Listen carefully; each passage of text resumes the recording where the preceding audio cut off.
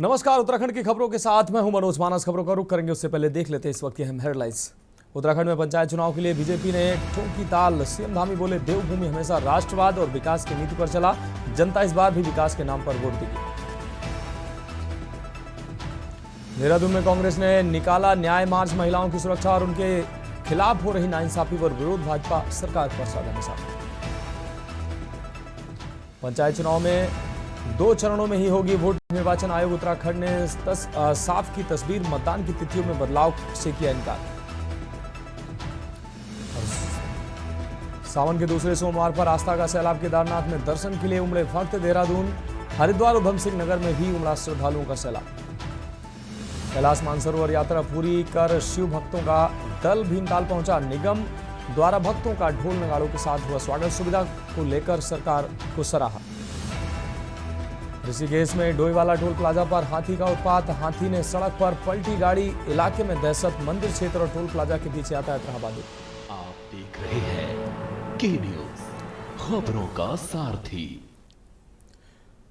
और अब खबरें विस्तार से। ऋषिकेश से अहम खबर, जहां डोईवाला टोल प्लाजा पर हाथी का उत्पात देखने को मिला। हाथी ने सड़क पर पलटी गाड़ी, इलाके में इसको लेकर दहशत फैल गई। मणिमाई मंदिर के पास भंडारे में घुसा था हाथी। भगदड़ और अफरा तफरी का माहौल बन गया। कांवड़ यात्रियों के लिए लगे भंडारे में हाथी घुसा। भीड़ देखकर भड़का हाथी। लोगों में इसको देखकर हड़कंप मच गया। गाड़ी को पलटते हुए हाथी हाईवे पर दौड़ता दिखाई दिया। हाथी के उत्पात से राहगीर दहशत फैल गई। मंदिर क्षेत्र और टोल प्लाजा के बीच यातायात बाधित रहा। वन विभाग और पुलिस की टीम मौके पर पहुंची। तो ये तस्वीरें आपको हम दिखा रहे हैं। गाड़ी को पलटते हाथी हाईवे पर दौड़ता दिखाई दिया। ये तस्वीरें आप देखिए किस तरीके से गाड़ी को पलटता है हाथी, उसके बाद उत्पात मचाता नजर आ रहा है। कांवड़ियों के लिए लगे भंडारे में हाथी घुसा था। इसके बाद उस हाथी ने उत्पात मचाना शुरू किया।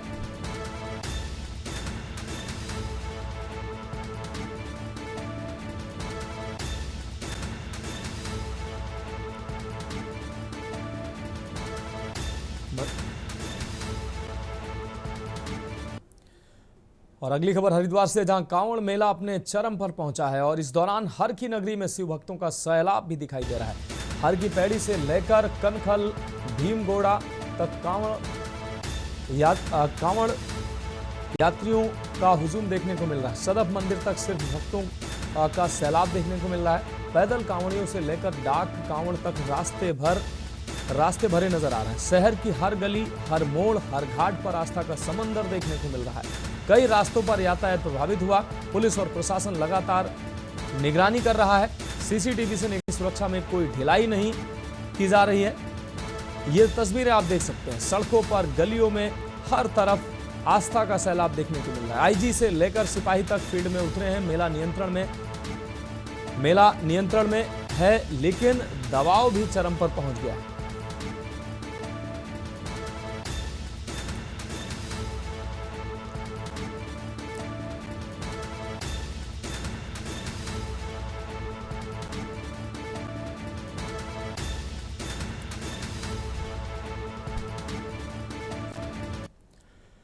अब बढ़ेंगे अगली खबर के। उत्तराखंड में हो रही भारी बारिश को लेकर मुख्यमंत्री पुष्कर सिंह धामी ने आईटी पार्क स्थित राज्य आपातकालीन परिचालन केंद्र से राज्य भर के हालातों की जानकारी ली है। मुख्यमंत्री ने बताया कि मौसम विभाग के अनुसार 4 जिले रेड जोन में हैं और 5 जिले ऑरेंज जोन में रखे गए हैं। सभी जिलाधिकारियों को अलर्ट मोड पर रहने के निर्देश दिए गए हैं। सीएम धामी ने कहा कि जहां जहां सड़कें बंद हैं उन्हें तुरंत खुलवाया जा रहा है। नदी नालों के किनारे रहने वाले लोगों को सुरक्षित स्थानों पर भेजने के लिए निर्देश दिए गए हैं। एनडीआरएफ और आपदा प्रबंधन विभाग को अलर्ट पर रखा गया है। ग्राम सभा से लेकर ब्लॉक स्तर तक निगरानी समितियों के गठन का आदेश दे दिया गया है। पिछले वर्षों के अनुभवों को ध्यान में रखते हुए मुख्यमंत्री ने स्पष्ट किया है कि इस बार किसी भी अनहोनी से पहले ही सतर्कता बरती जाएगी। उन्होंने कहा कि कई बार रात भर की बारिश में घरों में 8 से 10 फीट तक पानी भर जाता है, इसलिए स्थानीय प्रशासन और जनता को मिलकर तत्परता दिखानी होगी।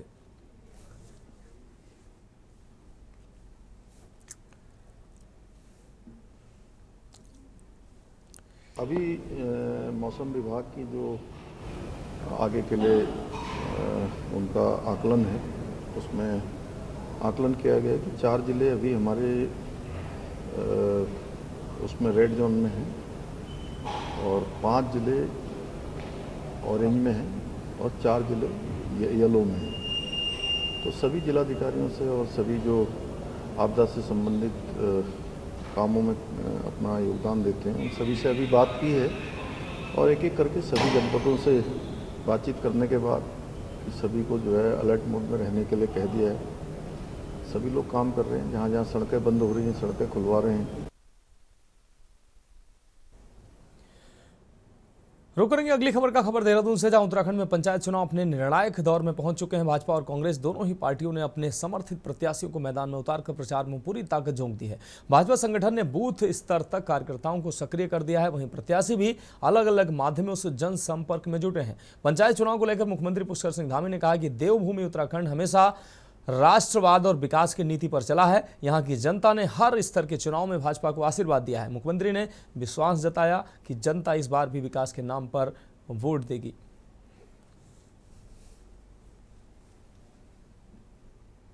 अभी मौसम विभाग की जो आगे के लिए उनका आकलन है, उसमें आकलन किया गया कि 4 जिले अभी हमारे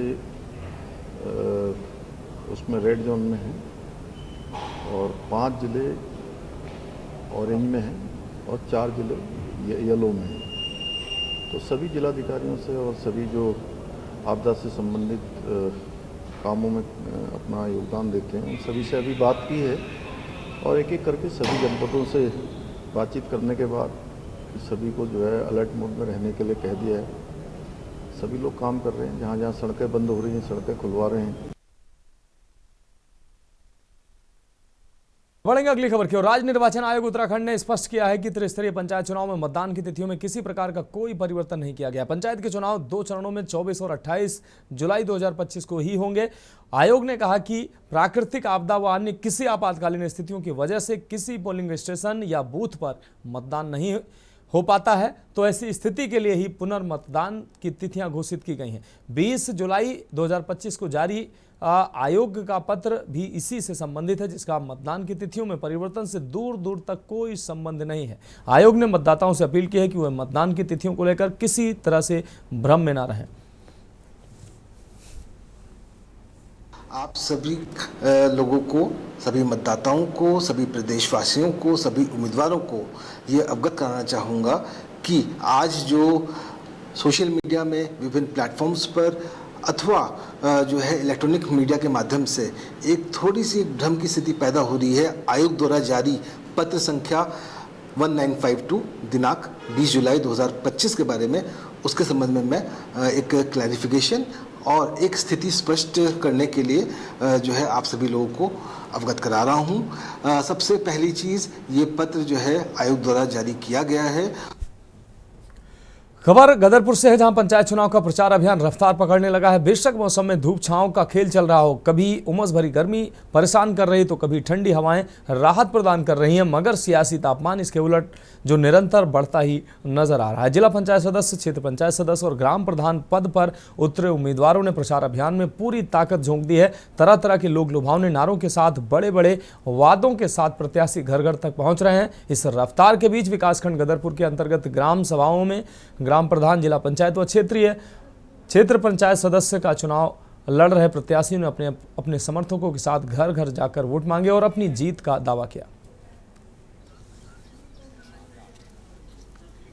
सेंटर वगैरह चलाती हूँ, जिसमें मैं महिलाओं से भी जुड़े रहती हूँ और मेरे हस्बैंड को 17-18 साल कहूँगी या 20 साल कहूँगी, इतने समय से समाज की सेवा में ही लगे रहते हैं, जिसके उससे जनता भी अच्छे रूप से पहचानती है कि ये प्रत्याशी हमारे लायक है या नहीं है।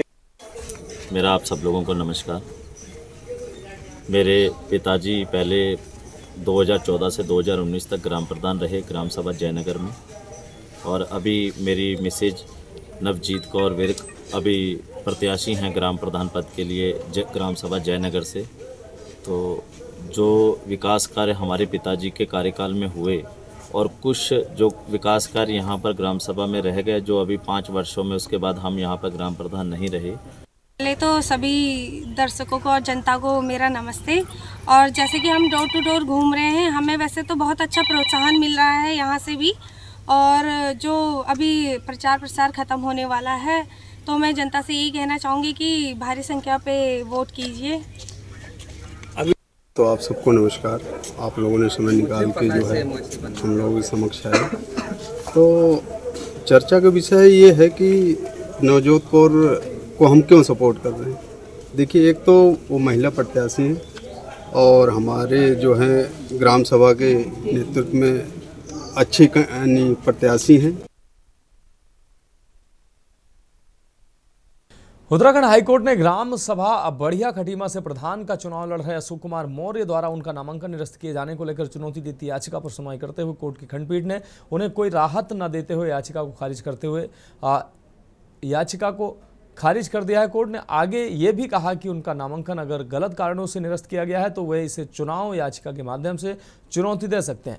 सुनवाई के दौरान कोर्ट में उपस्थित संबंधित विभाग के अधिकारियों द्वारा कोर्ट को अवगत कराया गया कि पूर्व के आदेशों के अनुपालन में विभाग द्वारा एक कमेटी गठित की गई थी। जांच में 80 लोगों के द्वारा सरकारी भूमि पर अतिक्रमण करने के दोषी पाए गए, जिनको पूर्व में ही चिन्हित कर हटाने के नोटिस जारी किए गए, लेकिन बार बार नोटिस दिए जाने के बाद भी सरकारी भूमि से अतिक्रमण नहीं हटाए गए, जिसके बाद यह कदम उठाया गया। आपको बता दें, खटीमा की ग्राम सभा बढ़िया से ग्राम प्रधान पद पर चुनावी मैदान में उतरे अशोक कुमार मौर्य पर सरकारी भूमि पर किए गए अतिक्रमण को लेकर उनका नामांकन निरस्त करने को लेकर की गई आपत्ति पर चुनाव अधिकारी को दिए गए प्रत्यावेदन पर कार्रवाई करते हुए चुनाव अधिकारी ने उनका नामांकन निरस्त कर दिया।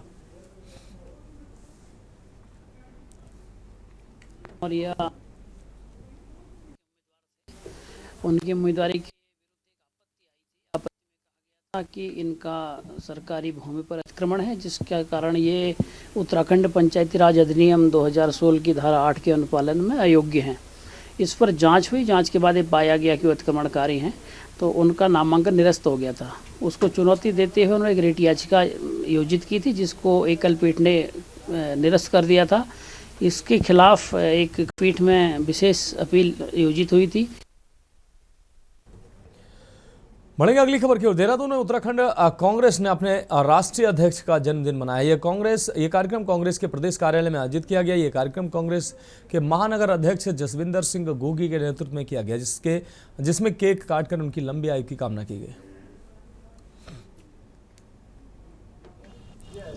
हमारे राष्ट्रीय अध्यक्ष परम सम्मानित मल्लिकार्जुन खड़गे जी का 83वां जन्म दिवस है, तो इसमें हम सब लोगों कांग्रेस भवन में सभी हमारे साथियों के साथ हम लोगों ने उनका केक काटा है। और निश्चित तौर से मुझे लगता है खड़गे जी ने जो एक समाज में मैसेज दिया है, उस मैसेज से सब लोग हम जुड़ने का प्रयास कर रहे हैं। और उनके जो दिखाए हुए नक्शे कदमों पे मुझे लगता है अगर कांग्रेस पार्टी चलेगी तो निश्चित तौर से आने वाले टाइम पे हमें सफलता मिलेगी। और हम उनको जन्मदिन के दिवस पे बहुत बहुत शुभकामनाएं प्रेषित करते हैं। उत्तराखंड महिला कांग्रेस द्वारा देश में बढ़ते महिला अपराधों और अत्याचारों के खिलाफ न्याय मार्च के रूप में शांतिपूर्ण प्रदर्शन किया गया है। ये मार्च सेंटेरियो मॉल से राजभवन की ओर आयोजित किया गया, जिसका नेतृत्व उत्तराखंड महिला कांग्रेस के अध्यक्ष ज्योति रौतेला ने किया। प्रदर्शन का उद्देश्य महिलाओं की सुरक्षा और उनके खिलाफ हो रही नाइंसाफी को लेकर भाजपा सरकार की नाकामी को उजागर करना था। पुलिस ने प्रदर्शन के दौरान कांग्रेस महिला प्रदेश अध्यक्ष ज्योति रौतेला और कई अन्य महिला कांग्रेस कार्यकर्ताओं को गिरफ्तार कर लिया। महिला कांग्रेस ने इसे तानाशाही और दमनकारी कार्रवाई करार देते हुए कहा कि उनकी आवाज को दबाया नहीं जा सकता। उन्होंने मांग की है कि महिलाओं को न्याय और सुरक्षा दी जाए। देखिए, जिस तरीके से पूरे देश में इस बार महिलाओं के ऊपर अत्याचार बढ़ रहे हैं, ऑल इंडिया महिला कांग्रेस का कॉल है। और पूरे देश में एनसीआरबी की रिपोर्ट के हिसाब से एक साल में 4,51,000 महिलाओं के साथ बलात्कार की घटनाएं घटनी है और प्रति घंटा 51 महिलाओं के साथ इस देश में दुराचार बलात्कार की घटनाएं घट रही है। एनसीआरबी की रिपोर्ट के हिसाब से उत्तराखंड पहाड़ी राज्यों में नंबर 1 राज्य बन चुका है, जिसमें लगातार महिलाओं के ऊपर बलात्कार अत्याचार की घटनाएं हो रही हैं। इसके खिलाफ हम लगातार आवाज़ उठाते रहते हैं और काफ़ी लंबे टाइम से हम गवर्नर साहब से टाइम मांग रहे थे, वो टाइम हमें नहीं दिया गया। आज हम लोग फिर से एक बार कोशिश कर रहे हैं। ये मार्च लेके हम लोग गवर्नर हाउस की तरफ जा रहे थे, अब हम लोगों को यहाँ पे पुलिस ने रोका है और हम लोग इस आवाज़ को लगातार उठाते रहेंगे। हमारे प्रदेश में और देश में बेटियों के साथ जो हो रहा है उसके खिलाफ ये लड़ाई है। बढ़ेंगे अगली खबर की ओर। कांवड़ यात्रा के अंतिम चरण में पहुंचते पहुंचते NH 34 पर डाक कांवड़ियों के छोटे बड़े वाहनों से ये पूरा नेशनल हाईवे घिर गया। हर तरफ गाड़ियों की गड़गड़ाहट देखने को मिल रही है, जिसके चलते पुलिस प्रशासन पूरी तरह से अलर्ट नजर आ रहा है। एसपी देहात शेखर चंद्र सुयाल अपने अधिकारियों के साथ नगला इमरती चौराहे पर डटे नजर आए और आने जाने वाले वाहनों को व्यवस्थित करने में लगे दिखाई दिए। आपको बता दें कि डाक कांवड़ के दौरान हरियाणा, राजस्थान, दिल्ली सहित कई राज्यों के लोग हरिद्वार से गंगा जल लेकर अपने अपने गंतव्य तक जाते हैं। देखिए, आप भीड़ देख रहे होंगे, अभी कांवड़ 2025 एकदम अपनी पीक पे है। आज और कल का दिन हमारे लिए बहुत क्रूशियल होता है और ये जो पॉइंट है नगला इमरती, ये हमारे पूरे ट्रैफिक और डाइवर्जन प्लान का की पॉइंट है। यहाँ पर लगातार हमारी फोर्स मौजूद है, डाइवर्जन प्रॉपर चल रहा है, लगातार लामाज की गाड़ियाँ आ रही हैं, तो सब कुछ अकॉर्डिंग टू प्लान चल रहा है। फिलहाल खबरों में वक्त एक अहम ब्रेक का है, जल्द हाजिर होंगे। आप देख रहे हैं के न्यूज, खबरों का सारथी।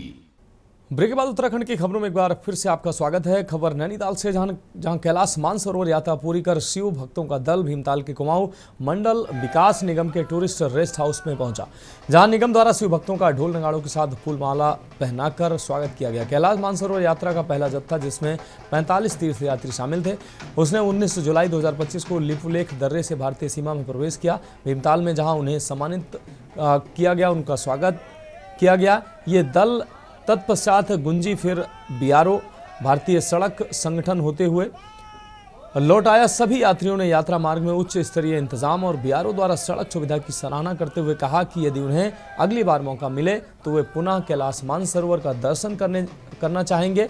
कैलाश मानसरोवर यात्रा के दौरान श्रद्धालुओं को उत्तराखंड मार्ग में आए दृश्य और धार्मिक स्थल ओम पर्वत जैसे पवित्र स्थलों का दर्शन कराए गए। तिब्बत में प्रवेश से पहले तिब्बत में तीर्थयात्रियों को माउंट कैलाश मानसरोवर झील के दर्शन कराने की व्यवस्था की गई थी।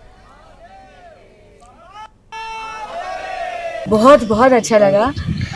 मैं सबसे छोटे यात्री थी और मैं बहुत बहुत ज़्यादा खुश हूँ कि हम सब सारे 50 से 50 यात्री सब स्वस्थ वापस आए हैं और महादेव जी की कृपा हम सब पे रही थी और बहुत ही अच्छा मौसम था, विजिबिलिटी अच्छी थी और बहुत बहुत अच्छे दर्शन हो गए हमारे सबके। जिपुलेख रूट से पहला बैच था जो 5 साल के बाद शुरू हुई थी यात्रा, उसमें पहला बैच हमारा जिपुलेख रूट से था।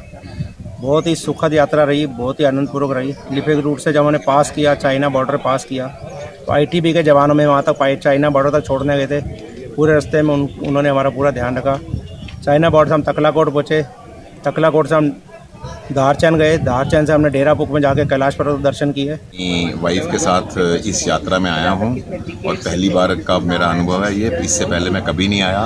हमारा अनुभव बहुत ही अच्छा रहा। आने से पहले हमें बहुत से प्रश्न थे दिमाग में, बहुत सी इस तरह से था कि शायद हम नहीं कर पाएंगे, परिक्रमा नहीं कर पाएंगे, मगर हमारी सारी यात्रा भगवान शिव ने हमारे पर बड़ी कृपा करी और हमारे जो मिनिस्ट्री ऑफ एक्सटर्नल अफेयर हैं, KMNV विभाग है। बढ़ेंगे अगली खबर की ओर। हल्द्वानी में प्रशासन द्वारा रक्सिया, कलासिया और देवखड़ी नाले के अतिक्रमण चिन्हीकरण को लेकर एक बार फिर से कांग्रेस मुखर हो गई है। आपको बता दें, राज्य आंदोलनकारी और वरिष्ठ कांग्रेस नेता ललित जोशी ने आज हल्द्वानी में प्रेस कॉन्फ्रेंस करते हुए जिला प्रशासन से इस कार्रवाई पर सवाल उठाए हैं। उन्होंने कहा कि प्रशासन जानबूझकर शहर में कई दशकों से रहने वाले लोगों को टारगेट बनाकर भय का माहौल बना रहा है। उन्होंने कहा कि एक तरफ 40 से 50 फीट तक लोगों के मकान पर लाल निशान लगाए गए हैं, जबकि दूसरी तरफ नाले की सीमा से सटे लोगों को निर्माण की परमिशन दी गई है। ललित जोशी ने कहा कि प्रथम चरण में हम प्रशासन से केवल अपील कर रहे हैं और जल्द ही सभी प्रभावितों के साथ एक बड़ी बैठक करेंगे। उसके बाद मुख्यमंत्री, राज्यपाल और DM को ज्ञापन दिया जाएगा और आगे की रणनीति तैयार की जाएगी। आवास शहर में आस्थाएं इतनी बड़ी गुत्थी, राजपुरा के अंदर या आवास विकास के अंदर, सुभाष नगर के अंदर, बमोरी, बिठोरिया, इन सब ये पूरे के पूरे इलाके आप इस तरह से बर्बाद कर देंगे, ये कोई उचित नहीं है। बेहतर आपको यह है कि आपको ये समझ लेना चाहिए कि जो ये आवास विकास के द्वारा ये जो रजिस्ट्री की गई है और इस पर भी आपने जो है निशान लगा दिए, ये कहाँ तक उचित है? या तो आप गलत हैं या तत्कालीन 35 साल पहले नारायण दत्त तिवारी द्वारा ये बनाया गया जो आवास विकास है, जिसकी रजिस्ट्री तत्कालीन DM और कमिश्नर ने की थी, वो गलत है। बढ़ेंगे अगली खबर की ओर। बीती रात से हो रही मूसलाधार बारिश के बाद जनजीवन अस्त व्यस्त हो गया है। बारिश के कारण नदी नाले उफान पर हैं और पूरे प्रदेश में ऑरेंज अलर्ट जारी किया गया है।